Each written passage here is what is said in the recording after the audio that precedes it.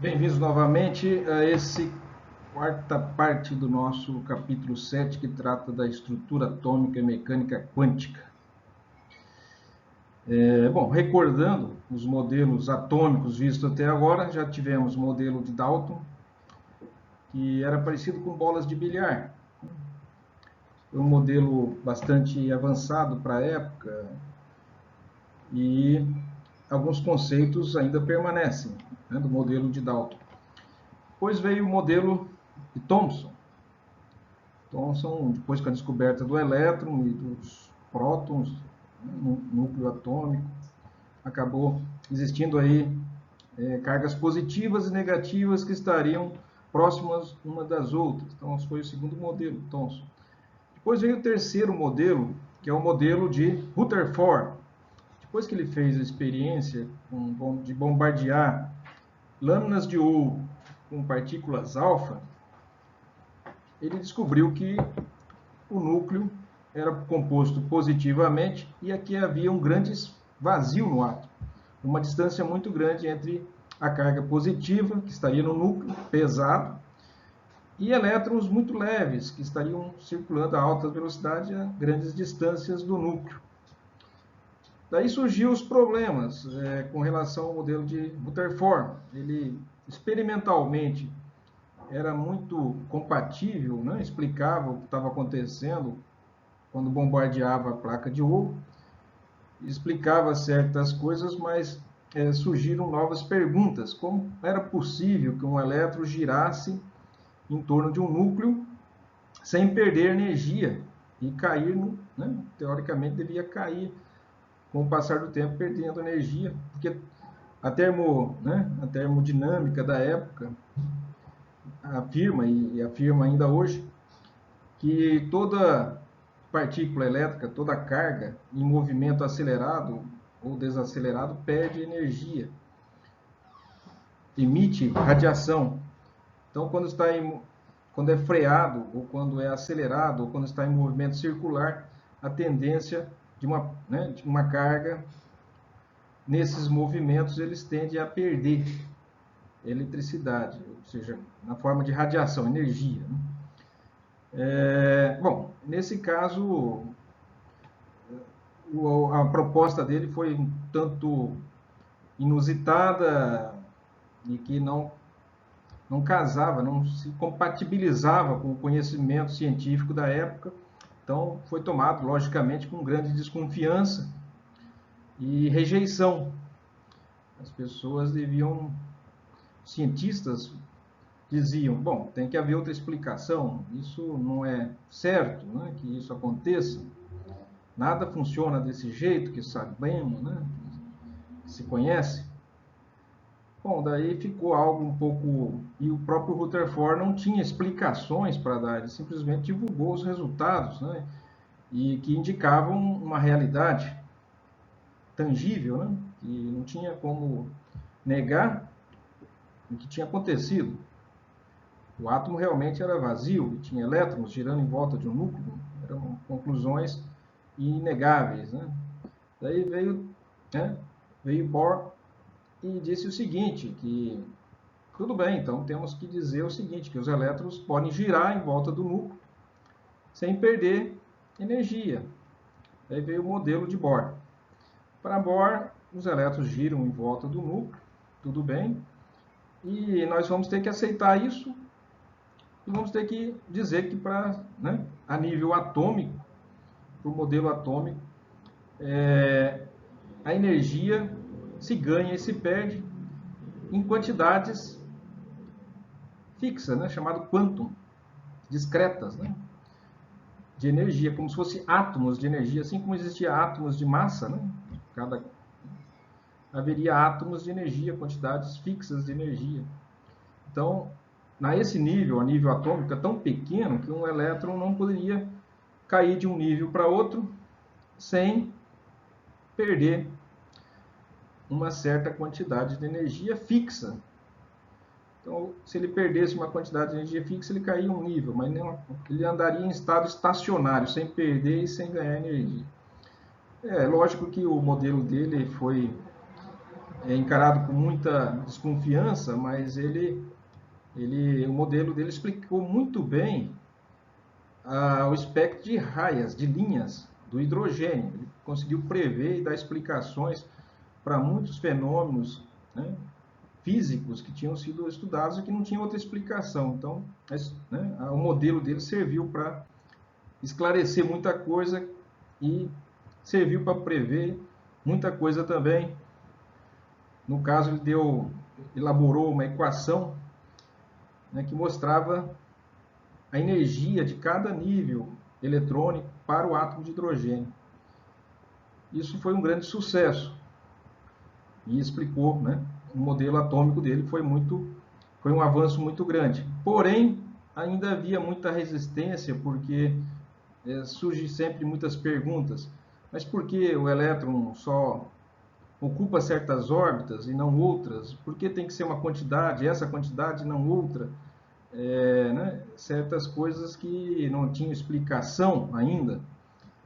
E por isso o modelo dele foi deixado de lado também, com certa desconfiança, passou-se muito tempo. O próprio Bohr não tinha as respostas para dar. Daí chegou finalmente o modelo atual, né? O último modelo que a gente está vendo agora, que é o modelo mecânico ondulatório do átomo. É um modelo que surgiu para tentar explicar as quantidades de energia, por que o elétron tem que ocupar determinadas órbitas e não outras, né? Certas distâncias e não outras.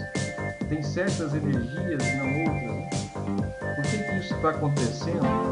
A estrutura do átomo. Ocupam esses locais, tem essas energias. E eram modelo mecânico ondulatório. Por Bohr. Para dar respostas e formular Foi Niels Bohr quem descobriu que as leis da física que governam as leis de movimento e comportamento de corpos grandes não são adequadas para calcular o movimento de pequeninas partículas como os átomos e os elétrons. Qualquer massa, né, e velocidade, qualquer unidade de massa. Com seu modelo, pôde explicar o comportamento dos átomos com um elétron. Mas ele não poderia predizer os espectros de radiação observados para outros átomos mais complexos. Uma partícula é um objeto material, mas também as sementes para um novo modelo viriam do conceito de que todas as formas de radiação eletromagnética apresentam as propriedades das ondas e das partículas. Submicroscópico, né, no mundo atômico, os átomos, os elétrons, né, os prótons, este conceito levou o aristocrata francês oficial de marinha, Louis de Broglie, a refletir que as partículas da matéria podem também apresentar as características ondulatórias. Embora essas ondulações não possam ser óbvias numa escala de observação diária. Séculos, né, questionada. Mesmo numa banheira, podemos ver duas ondas interagirem para formar uma onda maior e depois passarem uma pela outra sem prejudicar nenhuma delas. Desde aquele tempo também já consideravam como onda. Imagine duas partículas, como uma bola de beisebol e um taco, e de algum modo se tornarem um e depois passarem um pelo outro. No entanto, experiências com partículas pequenas como elétrons mostraram que podem produzir padrões que só podemos explicar como ondas. Ou seja, os elétrons... O padrão pode ser produzido mesmo que um único elétron passe de cada vez pelas fendas.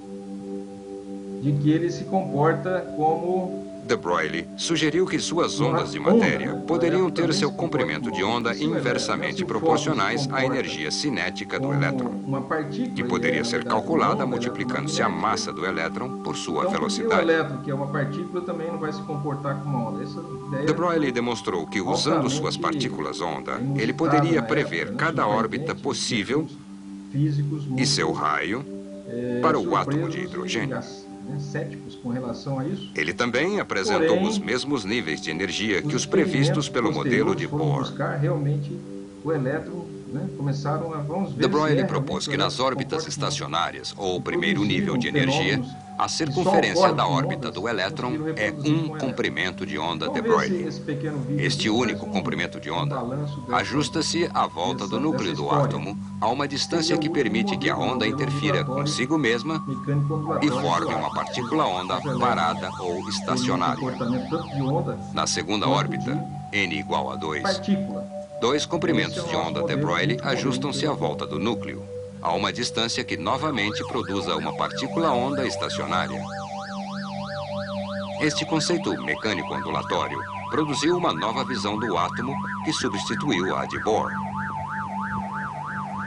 Foi o físico austríaco Erwin Schrödinger quem pela primeira vez visualizou esse conceito. Ele propôs um átomo com um núcleo de carga positiva envolvido por uma nuvem esférica de partículas ondulatórias, ondas de elétrons. Werner Heisenberg, trabalhando com Max Born na Alemanha, chegou ao mesmo modelo de átomo de hidrogênio que Schrödinger, mas baseado em hipóteses físicas diferentes e usando cálculos matemáticos diferentes.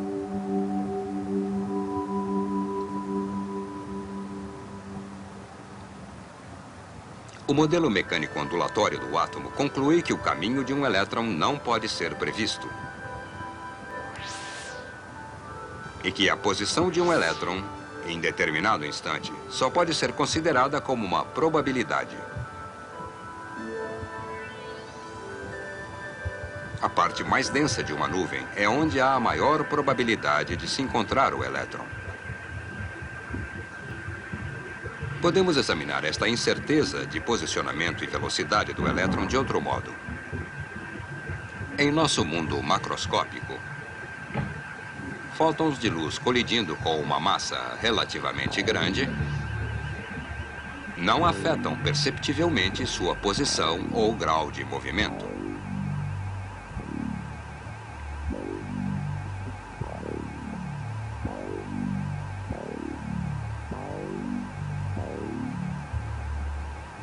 Mas fótons colidindo com objetos pequenos como um elétron provocarão um efeito.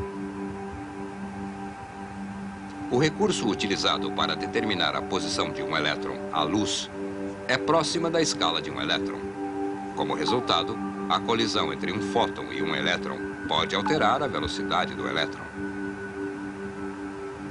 No sentido inverso, métodos para a medição de velocidade de um elétron tornam sua posição incerta. O princípio da incerteza de Heisenberg explica por que a posição e a energia cinética de um elétron em movimento não podem ser medidas simultaneamente com grande precisão. Em outras palavras, há um limite da exatidão de certos tipos de medições.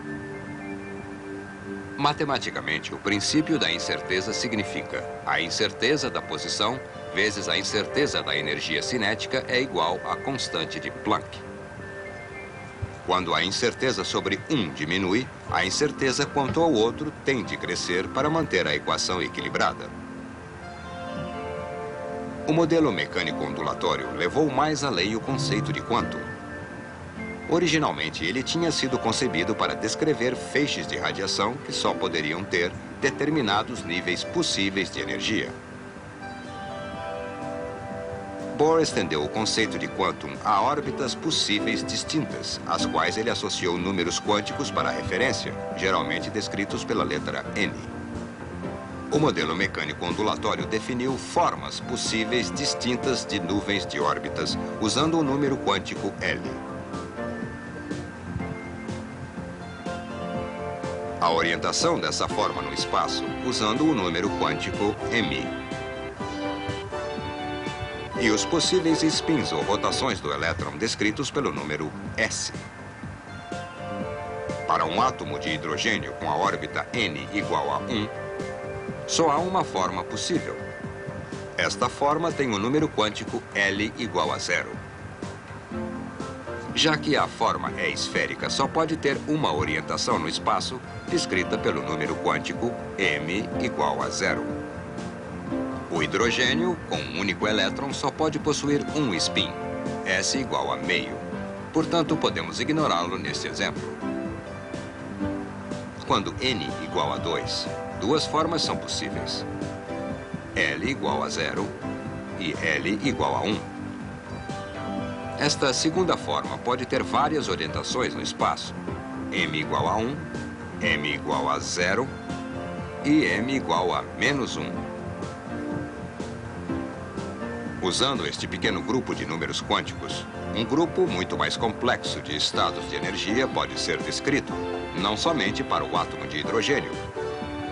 Mas, finalmente, um método tinha sido encontrado para descrever os estados mais complexos de energia de átomos com múltiplos elétrons e também para compostos com múltiplos átomos. Este modelo mecânico ondulatório ainda é o modelo de átomo aceito desde sua introdução, nos anos 20. A história não registrou quem pela primeira vez perguntou o tamanho da menor de todas as coisas. A relação daqueles que contribuíram com respostas, entretanto, estende-se por mais de 2000 anos. É da natureza da ciência nunca fechar os livros de qualquer campo de pesquisa onde ela conduz uma investigação. O próximo capítulo da estrutura do átomo ainda está por ser escrito. Aí está dizendo o seguinte, que para observar objetos macroscópicos, nós temos que iluminar esses objetos, né, com luz ou com outros métodos que vão evidenciar esse objeto, a posição, velocidade, tudo mais. Mas quando se trata de objetos submicroscópicos como elétron, o próprio ato de observar, você é obrigado a interagir com essas partículas, e essas partículas sofrem, né, o efeito do objeto, né, do instrumento, né, que de certa forma vai interferir com, né, o elétron e vai, consequentemente, você não vai conseguir né, deixar o objeto no seu estado natural e observar sem interferência, acaba interferindo. Então, quando você quiser observar um elétron, consequentemente, seus instrumentos vão interferir e não vai ter como medir com precisão. Essas ideias parecem estão sendo contestadas, e parece que essa imprecisão, na verdade, é independente do instrumento, da interferência do instrumento. O simples fato do observador observar um objeto, né, um fóton, ele passa a se comportar de maneira diferente, e não porque os instrumentos realmente interferem nos elétrons ou nos fótons, né?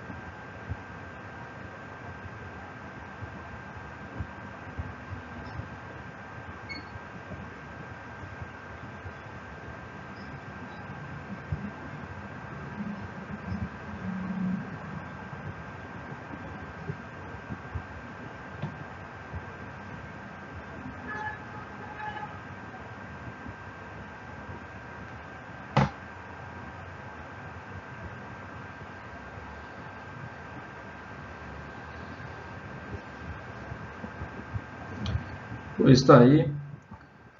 Nota então que houve uma evolução do modelo atômico e hoje estamos no modelo ondulatório. Esse modelo não foi inventado, foi imposto pelas observações experimentais e somos obrigados a entender o resultado dessas experiências. E elas nos mostram que o elétron, ele, né, nessa escala submicroscópica do átomo, ele se comporta também como se fosse uma onda. E por isso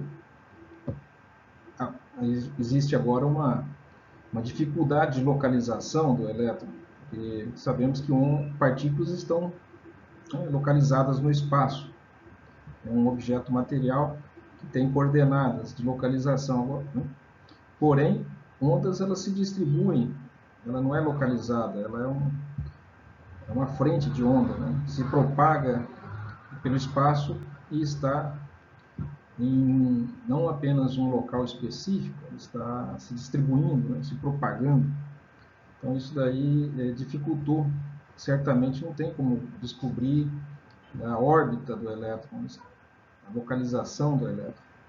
E o princípio da incerteza vem justamente afirmar isso, que não tem como saber exatamente a localização de um elétron e ao mesmo tempo saber a sua velocidade. Ou seja, se você determina com precisão a velocidade em que o elétron está, chamado momento, você não vai ter precisão na sua localização. E se você encontra a localização dele, você não vai ter precisão na sua velocidade. Então, o produto dessas duas imprecisões é a constante de Planck, que é um valor extremamente pequeno, 10 a menos 34. Então, na verdade, é um desvio, né? Uma incerteza muito pequena. Porém, a nível atômico, tudo é muito pequeno, existe essa dificuldade. Vamos entender melhor esse modelo. Então, a questão é, por que a energia do elétron é quantizada?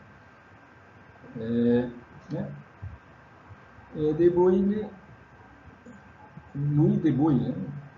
Ele, em 1924, propôs que o elétron é tanto uma partícula como uma onda. Essa foi a maneira, a única forma, né, que acabou tendo que ser aceita, que os físicos foram empurrados a aceitar para entender o comportamento e dar respostas para algumas questões que não tinham explicação naquele momento. Então, por que o elétron, né, a energia quantizada, por que ele só pode ocupar certas órbitas e não outras? Ninguém estava sabendo a resposta, nem o próprio Bohr, que fez o modelo, né, atômico, sabia dizer. Então, de Broglie chegou à conclusão de que, se o elétron se comporta como uma onda, daí sim se entende por que ele tem que ocupar certas órbitas ou estar a certas distâncias. Observem aqui. Essa linha vermelha é uma circunferência, está a uma certa distância do núcleo. Se ele está se comportando como uma partícula, ele correria ao longo dessa linha vermelha, né? Uma órbita circular, por exemplo.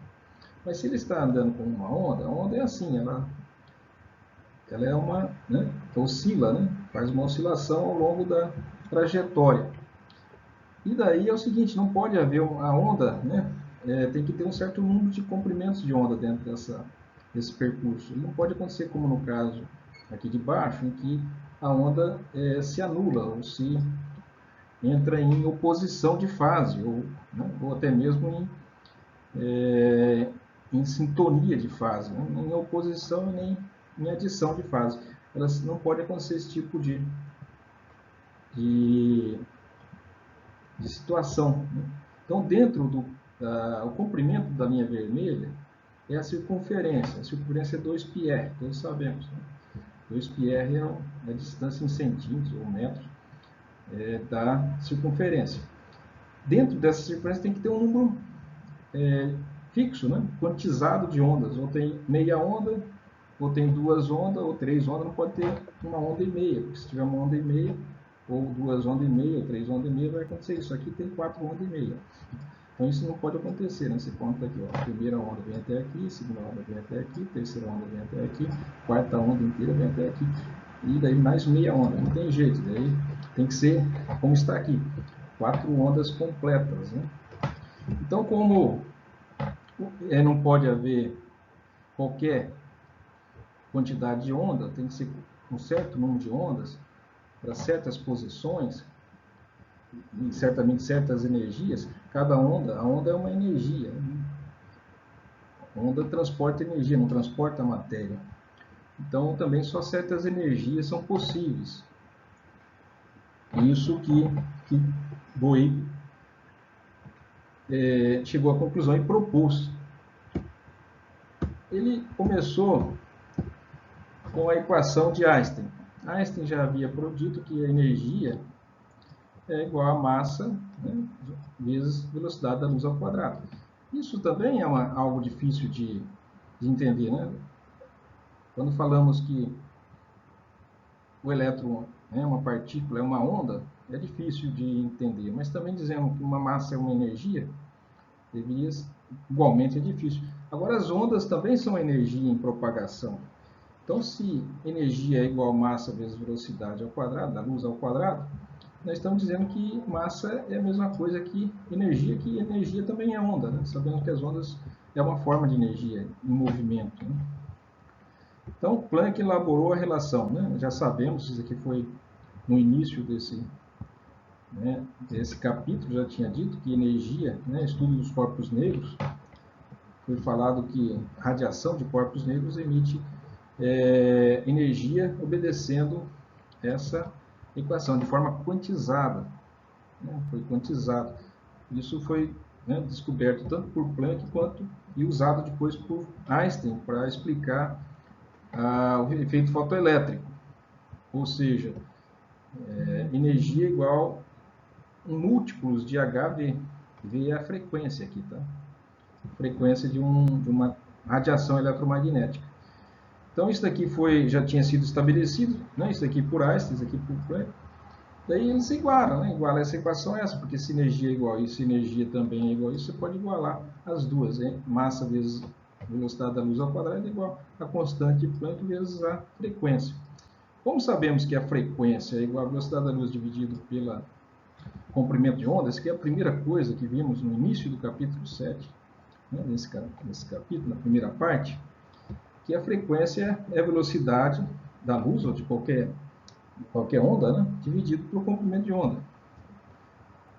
Daí você substitui aqui, onde está esse Vzinho, o C sobre, né, o C sobre H. Fica assim daí, ó.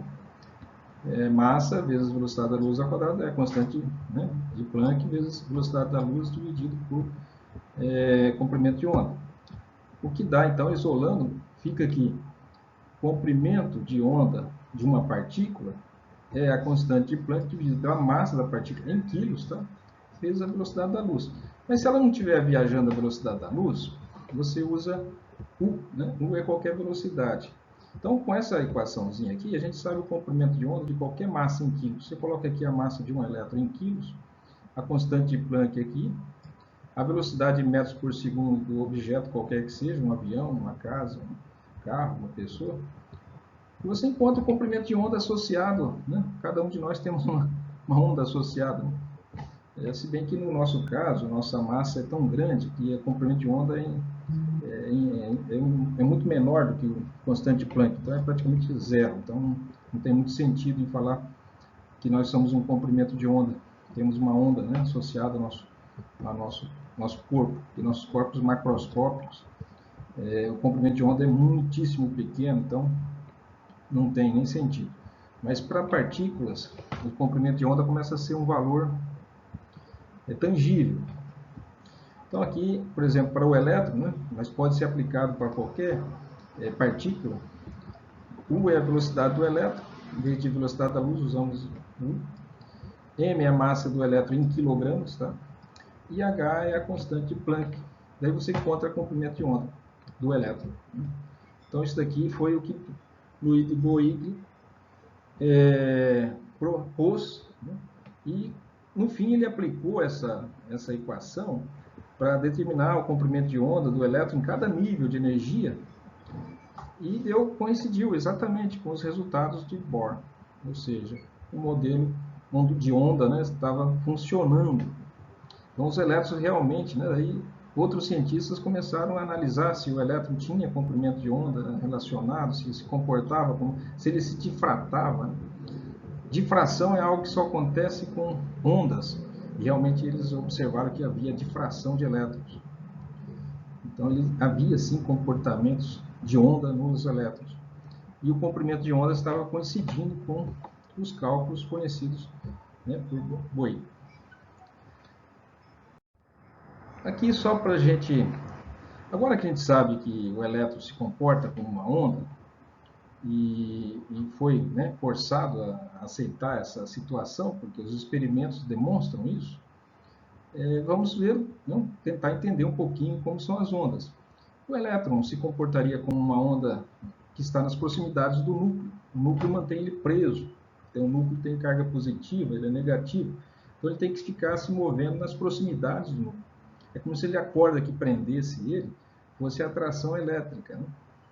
Ele é negativo, núcleo positivo, então está preso ali por essa atração elétrica. Agora, existem ondas que são unidimensionais, né, que se propagam apenas em uma direção. Tem as bidimensionais. A corda unidimensional é a corda de um violão, quando você toca, ela vibra apenas entre, né, verticalmente, em uma direção. Tem as ondas bidimensionais, que são também chamadas superficiais ou de superfície, que são aquelas ondas do lago. Quando cai uma pedra no meio do lago, se formam aquelas ondas circulares, né, que se propagam na superfície do lago. E tem as ondas tridimensionais, que são ondas que se propagam nas 3 dimensões. É como se fossem globos inflando, né, de uma explosão, por exemplo. Quando acontece uma explosão, o som da explosão se propaga como se fosse algo inflando, um globo, né, inflando, e vai em todas as direções. Nós não conseguimos ver, é mais difícil visualizar, porque o ar é invisível e as ondas sonoras são a melhor maneira de visualizar isso. O melhor exemplo seria com ondas sonoras. Mas vamos ver aqui um pequeno vídeo que mostra esses 3 tipos de uma perturbação para cima e para baixo, e a onda propaga a energia pela corda. Mas embora sejam 2 movimentos, para cima e para baixo, ele é feito em apenas uma dimensão, a altura. Desta forma, esta é chamada de onda unidimensional, pois atua em apenas uma dimensão. As ondas bidimensionais, ou superficiais, atuam em 2 dimensões, altura e largura. Um exemplo deste tipo de onda são as ondulações provocadas num copo com água, feitas com a perturbação da queda de uma gota. Se vermos o copo pelo lado, vamos ver a altura das ondulações. Mas se olharmos o mesmo copo por cima, é possível ver que as ondas fazem vários círculos, atuando assim na largura. E por fim, temos as ondas tridimensionais, que atuam nas seguintes dimensões: altura, largura e profundidade. Um ótimo exemplo são as ondas sonoras. Imagine que em um prédio de apartamentos toque uma sirene muito alto, bem no meio do prédio. Vai ser possível ouvi-la em todos os apartamentos à sua volta. Desta forma, podemos dizer que o som se propaga em 3 dimensões, quase como uma esfera, tendo altura, largura e profundidade. Uma perturbação. Pois, vemos aí então, podemos agora levantar a questão. As ondas dos elétrons seriam o quê? Unidimensionais, bidimensionais ou tridimensionais? Certamente são tridimensionais, né? E quando os elétrons, quando se trata de átomos que têm um único elétron, daí ele pode se comportar perfeitamente, né, dentro de uma esfera, né, e ele não teria interferência de outros elétrons. Agora, quando um átomo possui vários elétrons, acaba havendo perturbações da presença de outros elétrons no sistema. e isso daí acarretaria interferências na onda, né, de um elétron. Seria obrigado, ele teria que se movimentar com certas restrições. No caso aí, um tambor, quando uma gota cai no meio de um copo d'água, as ondas são perfeitamente, né, circulares. Agora, quando ele é obrigado a vibrar em posições mais periféricas, vamos supor que uma gota caia não no centro do copo d'água, mas lateralmente, aí já vai haver um padrão diferente de ondas. Então já existe um componente aí, né? Um componente que vai alterar o padrão normal circular. E se for algo esférico, então já existem outros graus de liberdade e de interferência dos outros elétrons nesse sistema. Então se torna algo um pouco mais complexo para tratar matematicamente. Mas isso foi tratado e resolvido, né, usando a equação de onda. A gente vai ver isso na sequência. Bom, vamos fazer aqui um exercício para praticar o conceito de comprimento de onda. Então, calcule o comprimento de onda de partícula, entre aspas, nos seguintes casos. A partícula aqui é uma bola de tênis, né? Então, vamos comparar uma bola de tênis com um elétron e ver qual é a onda que está associada com o elétron e qual é o comprimento de onda que está associado com uma bola de tênis. Então, o saque mais rápido do jogador de tênis é de 68 metros por segundo. Calcule o comprimento de onda associado a uma bola de tênis. Ele tem esse peso aqui, né, em torno de 60 gramas, né, 6 vezes 10 a menos 2 quilogramas, que se move a essa velocidade de 68 metros por segundo. Então, você tem a velocidade e tem a massa em quilos de uma bola de tênis. Então, você consegue descobrir a onda, né, associada. Só precisa desses dois valores aqui, a constante de Planck. Só para você comparar, calcule agora o comprimento de onda de um elétron que tem essa massa, ó, 10 a menos 31 kg, e que está nessa mesma velocidade. Vamos supor que você consiga que um elétron viaje a 68 metros por segundo. Qual seria o comprimento de onda do elétron e qual seria o comprimento de onda da partícula, né, dessa bola de tênis? Vamos ver. Então, estratégias. São dados as massas e velocidades das partículas em A e B e devemos calcular o comprimento de onda. Portanto, pegamos aquela equação, né, já vista anteriormente, que foi deduzida da equação de Einstein e de Planck. Notem que, como a unidade da constante de Planck é joules por segundo, a massa e a velocidade, esse U aqui é a velocidade, deve ser em quilogramas, porque em metros por segundo, tá? Porque o joule, a unidade de joule é em quilo por metros ao quadrado, segundos ao quadrado, seria a velocidade ao quadrado, né? Então, o joule está, se a constante de Planck está em joules por segundo, você tem que usar a massa em quilo e a velocidade em metros por segundo, para poder anular, né, as dimensões. Então, está aqui essa equaçãozinha simples aqui, né? Às vezes podemos ficar assustados aí com mecânica quântica e tal, mas muitas fórmulas são muito simples, multiplicação, divisão, a dedução delas foram complexas, mas os resultados são fórmulas muito simples. Então está aqui, comprimento de onda é a constante de Planck dividido pela massa do objeto, da partícula, e sua velocidade. Então, a constante de Planck está aqui, é 6,63 vezes 10 a menos 34 joules por segundo. Notas aqui não precisa decorar, né? Tem que saber, né? Você pega a nota, né? Ou faz consulta. A massa é 6 vezes 10 a menos 2 kg, foi dado. A velocidade 68 metros por segundo. Isso é da bola de tênis. Você resolve essa, né, metros por segundo e joules aqui, vai acabar né, uma coisa vai neutralizar a outra, já vimos ali anteriormente. E quilogramas também, essa unidade de joules por segundo aqui é convertida em quilograma, metros, velocidade por segundo ao quadrado, metro por segundo ao quadrado. Então só fica metros no fim das contas, metros. Então a onda, ó, é 1,6 vezes 10 a menos 34 do metro. É uma quantidade extremamente pequena, é menor que a própria constante de Planck, né?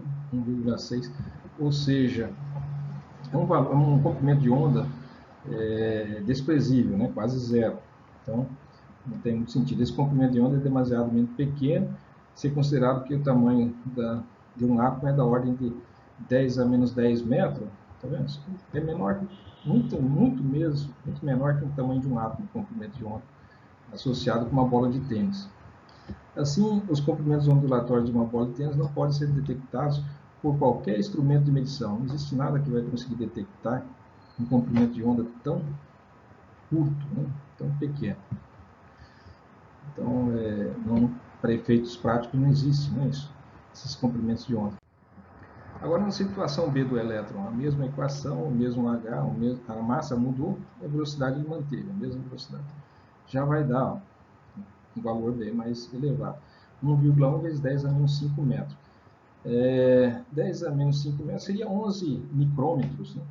Micrômetros já é um valor mais... Existem ondas, né, com essa... Está na área do infravermelho, ele já começaria a emitir luz próximo ao vermelho, né? Estaria ainda na área do infravermelho. Este comprimento de onda do elétron, 10 a menos, seria em torno de 1,1 vezes 10 a quarta nanômetros, está na região do infravermelho. Esse cálculo mostra que apenas os elétrons ou outras partículas submicroscópicas têm comprimento de ondas mensuráveis. Esses comprimentos de onda já são visíveis, já tem detectores que são capazes de ver essas ondas. Temos o caso da microscopia eletrônica.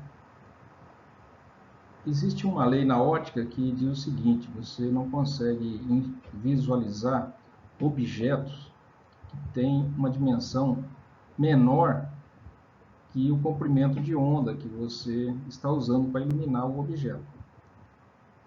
Para ser preciso, a metade do comprimento de onda.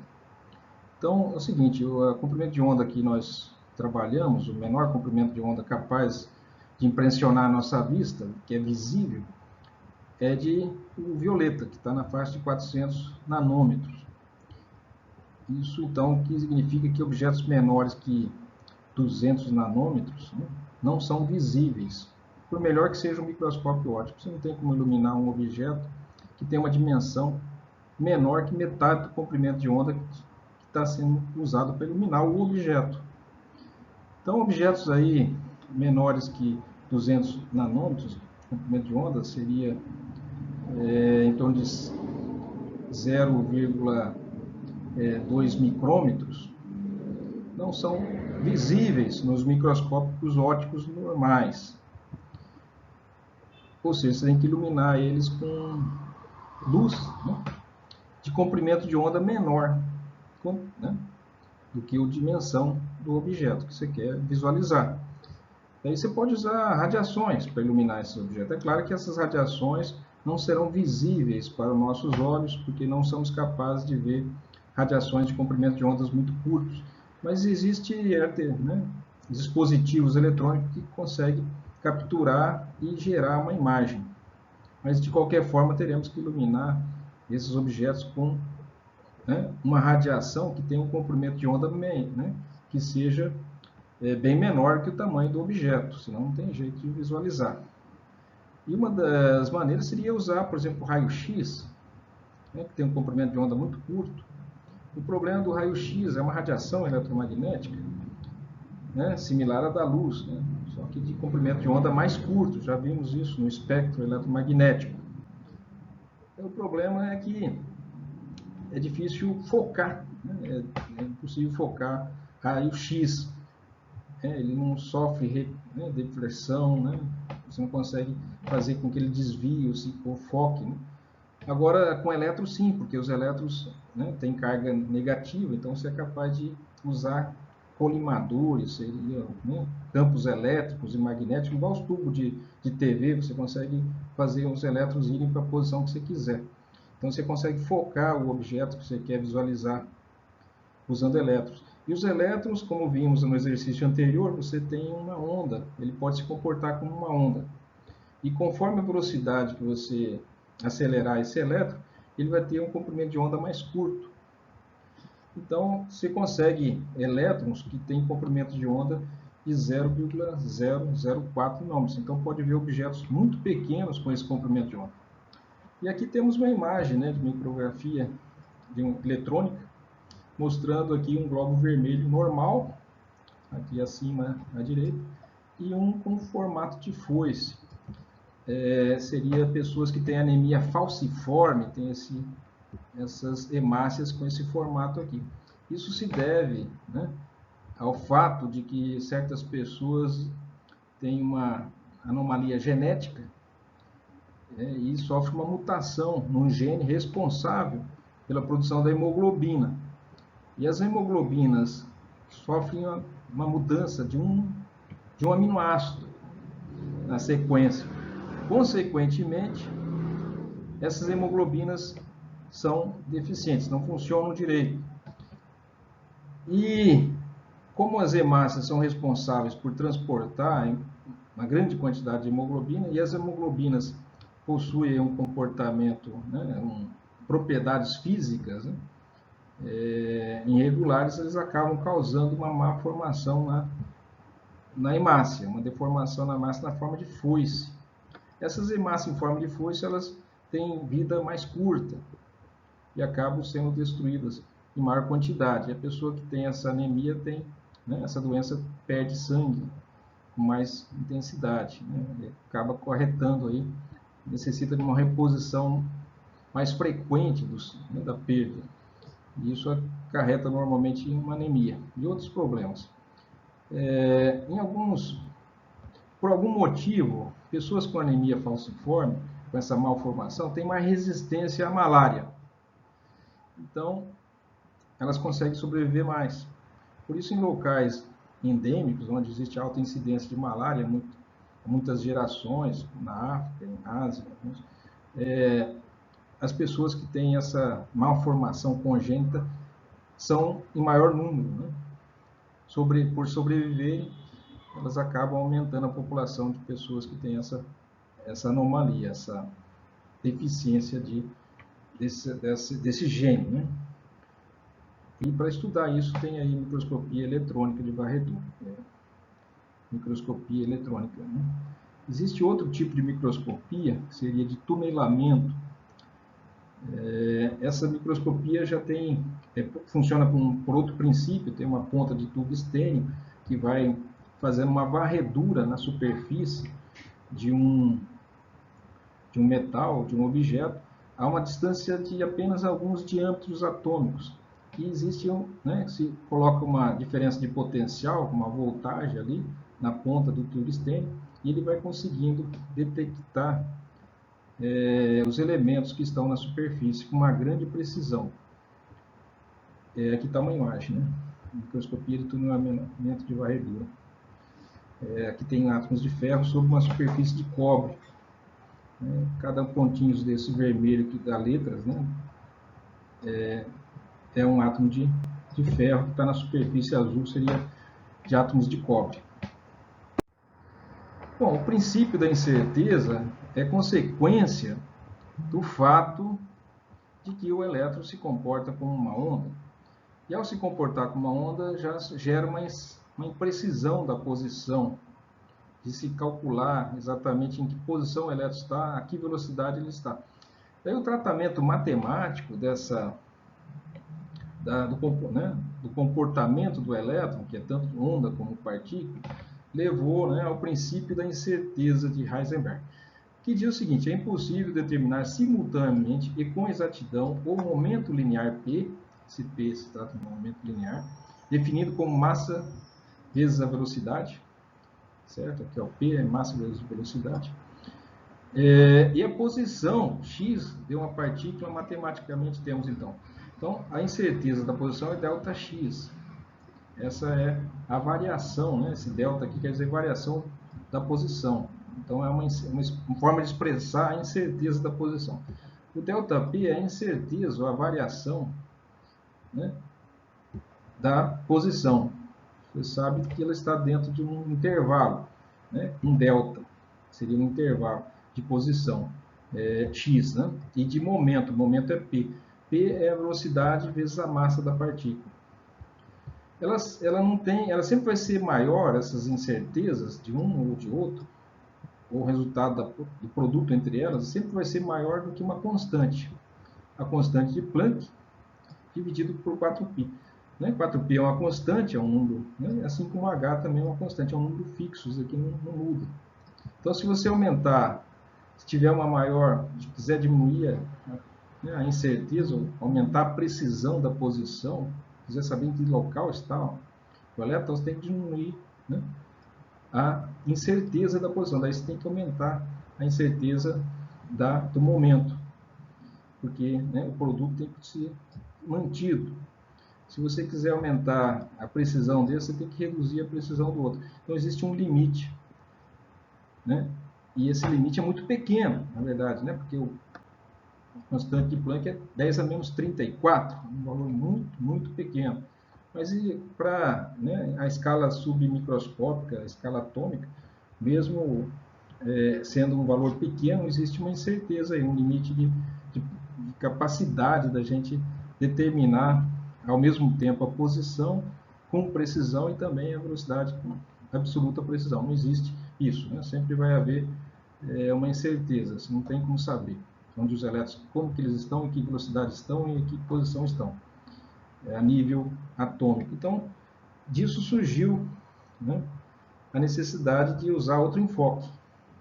Começaram a calcular a probabilidade de encontrar o elétron em certas regiões, e não mais se falou em saber a posição x, y, z, né, as coordenadas, a velocidade exata com que um elétron estaria se movendo, por causa dessa imprecisão. Então, onde é que o ΔX e o ΔP são, respectivamente, as incertezas na medida da posição, né, o ΔX, e do momento. O momento é uma expressão da velocidade vezes a massa, a inércia, né, do objeto. Né?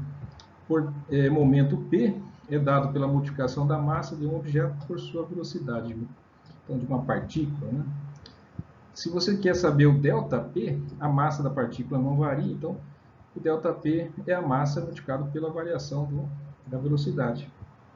Certo? Então, se você tem uma incerteza na velocidade, você tem uma incerteza na posição, e vice-versa. A incerteza do momento, na verdade, corresponde a uma incerteza na velocidade, porque a massa da partícula é a mesma. Então, quando se diz incerteza do momento, na verdade, estamos falando de incerteza de velocidade, porque a massa ela sempre é fixa para uma partícula. Né?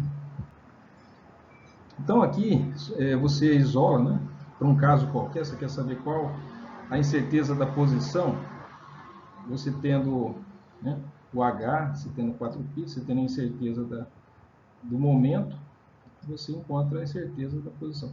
E se você tem a incerteza da posição, você pode saber a incerteza do momento, ou seja, da velocidade, desde que tenha a massa também. Né?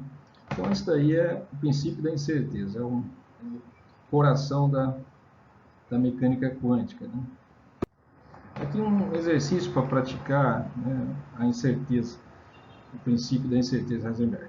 Um elétron desloca-se a velocidade de 8 vezes 10 ao 6ª metros por segundo, então já foi dada a velocidade.